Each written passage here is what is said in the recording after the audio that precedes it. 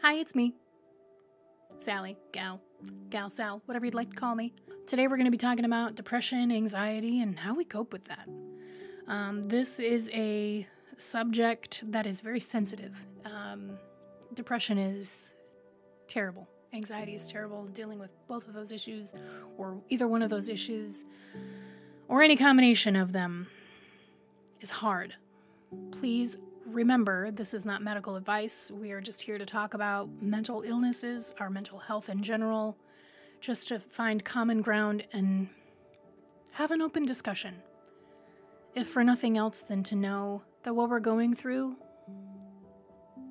we're not alone in that. And I'm going to keep saying that because it often feels like these journeys we take with our mental health is lonesome. We feel the weight of solitude, like we are the only people going through it. And when it comes to depression, I am no stranger. I have been experiencing depression since I was a teenager, when I received my formal diagnosis. Anxiety came a little later in life, although if I'm being honest, I think I've always had it. It just was never diagnosed until I was an adult.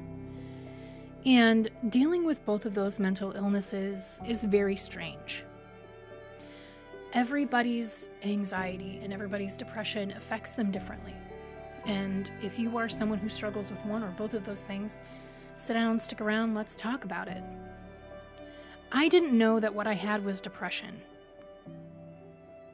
I thought everybody felt sad. I thought it was normal to feel sad and angry all the time, because that's kind of what I was. I was sad and angry and lonely all the time. And it wasn't until the really bad intrusive thoughts started to creep in that I told my parents about it. But as an adult, living with depression and having to cope and learn how to cope through my own experiences without medication for whatever reason, and now along with anxiety, it's become trial and error. I used to write in a journal a lot, and that helped with a lot of the intrusive thoughts, which I now know are intrusive thoughts. At the time, I had no idea what the hell was going on with my brain. And having a name put to them and understanding now what they were, I feel a lot better. I can't change the things I wrote in my diary, obviously, but I understand now why I was going through that. Back when I was at the peak of all of these things happening to me, I didn't understand trauma. I didn't understand processing. Mental health was just not a thing. It was just not a thing that was addressed, at least addressed publicly. And it certainly wasn't something that was addressed among everyday people. I mean, I remember growing up thinking that only rich and wealthy people got to go to places like rehab or a mental health hospital or hospitals in general. You know, I don't think it was anything for just the regular, average, everyday person like me. But depression and anxiety, how do we cope? We write. We talk about it in group therapy. We talk about it in solo therapy. We take medication, and there's nothing wrong with that. There is absolutely nothing wrong with that.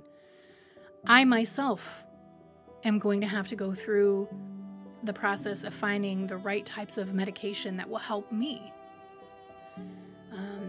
Anxiety and depression bring its own unique challenges because you feel on edge, but you also don't feel like doing anything. And everybody's brand of depression and anxiety is different. Some people literally can't get out of bed in the morning. And some people, their depression makes them turn off their self-care mode. They can care about other people. They get out of bed to take care of other people. They just do not do anything for themselves. Some people have anxiety attacks that are very visible. You know, the whole crying and sweating and achy palms. For me, it is very much internalized. I have very deep breaths and I get this really weird fuzzy feeling in my head and my palms start hurting. I'm assuming because my muscles just tense right up. My depression looks like no self-care. I am one of those people. I get up in the morning. I take care of my kids. I get them to school. I do whatever responsibilities need to be done around my house or outside or whatever. I do the bare minimum, and then I do for others. But when it comes to like taking care of myself, going for a walk, giving my body nutrients, I will not eat, or I will eat too much. I won't go for a walk. I won't move my body. I won't take a shower. I will brush my teeth and put on deodorant. But doing the most basic self-care things, caring for myself, or for some reason, it's just not something that I do. And that's a bummer when I get to that, because I am very self-aware and I am aware that I am in that place. But getting my brain to move and move forward is so difficult. And I often think that if I didn't have kids and a family and a house to take care of when I was in those depressive episodes, I don't know that I would leave the bed. To be perfectly honest with you, on days where my anxiety is high, I am super agitated. I am very easily agitated. It takes very little to get my temper going. And I'm really sorry if that bursts your bubble. I am one of those people that has a bad temper when they're having, a really bad anxiety day. And I don't know if that ruins your perception of me, and I'm sorry if it does. I'm a human being. I have mental illness just like millions of other people do. And I'm just trying my best to get by and heal and make myself better so I can be better for myself and better for my family and better for everybody around me. It is exhausting to pretend to be something that is the complete opposite of what you are.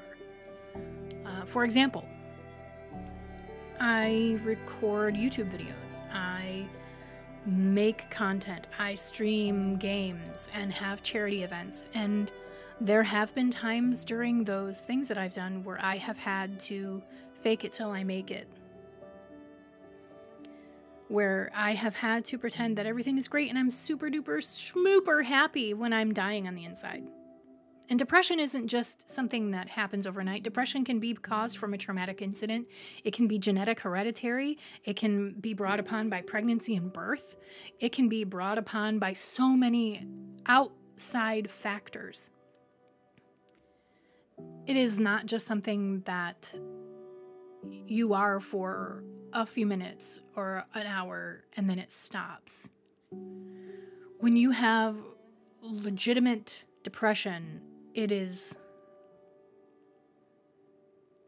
a hell that your brain goes through. Everybody experiences it differently. Some people are super angry when they're depressed and they just become this big ball of misplaced anger and rage. Some people make terrible choices that cost them their lives. Some on purpose and some not. Some people push people away, push the people who love them away. It's a terrible thing to suffer with. And having anxiety, I don't know what it's like to have just depression or just anxiety. I live with both. And there are days where I legitimately feel scared for no good reason. I don't know what anxiety is like for other people.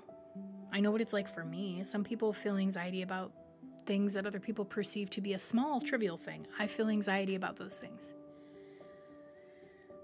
I have anxiety about my children being in school. And you know what? A lot of these are really justified too. I mean, given the country we live in, given the state I live in, there are no one-size-fits-all cures for depression or anxiety. You have to find whatever combination of medication and therapies and work for you. Because whatever brought about these issues, whether it's genetic, environmental factors, what have you, is unique to you. So your coping mechanisms are going to be unique to you. What does your depression feel like? Do you feel isolated? Do you feel lonely? Do you feel like other people understand you? Do you have anxiety? What does that feel like? I'm genuinely interested. I think talking about these kinds of things can help us to understand not only ourselves, but other people. We can make connections with people who understand. It's very difficult to have a conversation with somebody who has never experienced depression or anxiety or some combination of the two and truly feel like they understand where you're coming from. I know that sometimes people mean well when they're listening, but when they say things, oh yeah, I get it, it feels kind of like a blow to the gut because you know that they don't. For me, it helps to talk to other people who have experienced similar things. But I am genuinely interested. What does it feel like to you? What do you do to cope? I used to write in journals and diaries. I don't do that anymore. And I don't really know why I don't do that anymore. It's probably because I just don't have the time. I don't know. Maybe it's because I'm old and my hand cramps up when I'm writing. When it comes to anxiety, that's a completely different thing. No amount of journaling will ever help my anxiety. When it comes to anxiety, I have to ground myself, and I have to use grounding techniques. It's not something I talk a lot about, but that's the whole purpose of these videos, right? Like, I wanted to create a place where people could have open dialogue about these things. And making these videos and talking about these different things and reading the comments that y'all leave on the other videos and just having this open dialogue with people who are also creators, other people who are part of the community or who have joined the community from these videos. It's been really cool. And it's also been really eye-opening for me. Because as much as I say, you're not alone, I often feel alone. I often feel very lonely and feeling like my situation is, I'm the only person who's ever experienced this, you know, whether it's like a mental illness episode or a physical illness episode, which leads to a mental illness episode. It is so incredibly lonely. And that was one of the reasons I wanted to start this series, because I don't want to be lonely. I know that there are other people who are going through similar things, depression, anxiety, not feeling like you're good enough for people or things, and not fitting in anywhere, and why don't we fit in, and whatever other topics we've discussed. And once again, I have looked up things for this video, but I've kind of gone off script, so I apologize. I really like to keep it that way because it feels like the conversation flows a little easier. I hope that when you watch this, that you find some new ways to help you cope with your stuff, whether it's depression, anxiety, or some combination of the two. And if you don't have depression or you don't have anxiety, I hope this has helped to shed some light on what it can feel like. Depression feels, to me, like I am in a hole with a broken ladder and a megaphone that only works half the time. And I scream for help at the top of my lungs and nobody can hear me. People are walking by. I can see people walking by this hole all the time. I can see them. I can hear them talking, but nobody hears me and I'm screaming at the top of my lungs. That's what depression feels like to me. Anxiety, for me, feels like I'm on a roller coaster, whether it's going slow or fast or up a hill or down a hill. And like, you know how I see those cartoons where they're on a roller coaster and the end of the roller coaster is broken, but it goes over the side? I feel like I'm on that roller coaster and it scares the shit out of me. That's what anxiety feels like to me. It's terrifying and I hate that feeling. So whether you are somebody who struggles with those particular brands of mental illness or not, I hope that you have a better understanding of what it can feel like. And if you already have those, what does it feel like for you? Because maybe you have a better way of describing it. And I'm like, that's it. That's exactly how I feel. Or maybe you're watching this going, I've never been able to put words to it before. That has happened to me too. Where somebody describes what their bout of depression feels like, and I'm like, oh my gosh, I've never thought to put it that way because that's exactly what it feels like. But let me know. As always, you're never alone. It feels lonely and it feels isolating, but you are definitely not alone. You should not be ashamed of your mental illness, and you shouldn't let anybody else make you feel ashamed of it. I hope you find that you're not alone. I hope you find other people to relate to. I hope you find ways to cope that are healthy, ways to cope that are helpful to you. And I hope if you haven't found somebody yet, I hope you can find a medical professional to help you. Because you deserve to be happy. You deserve to be free of the depression and the anxiety attacks. I mean, you can't completely get rid of them 100%, but it does get easier.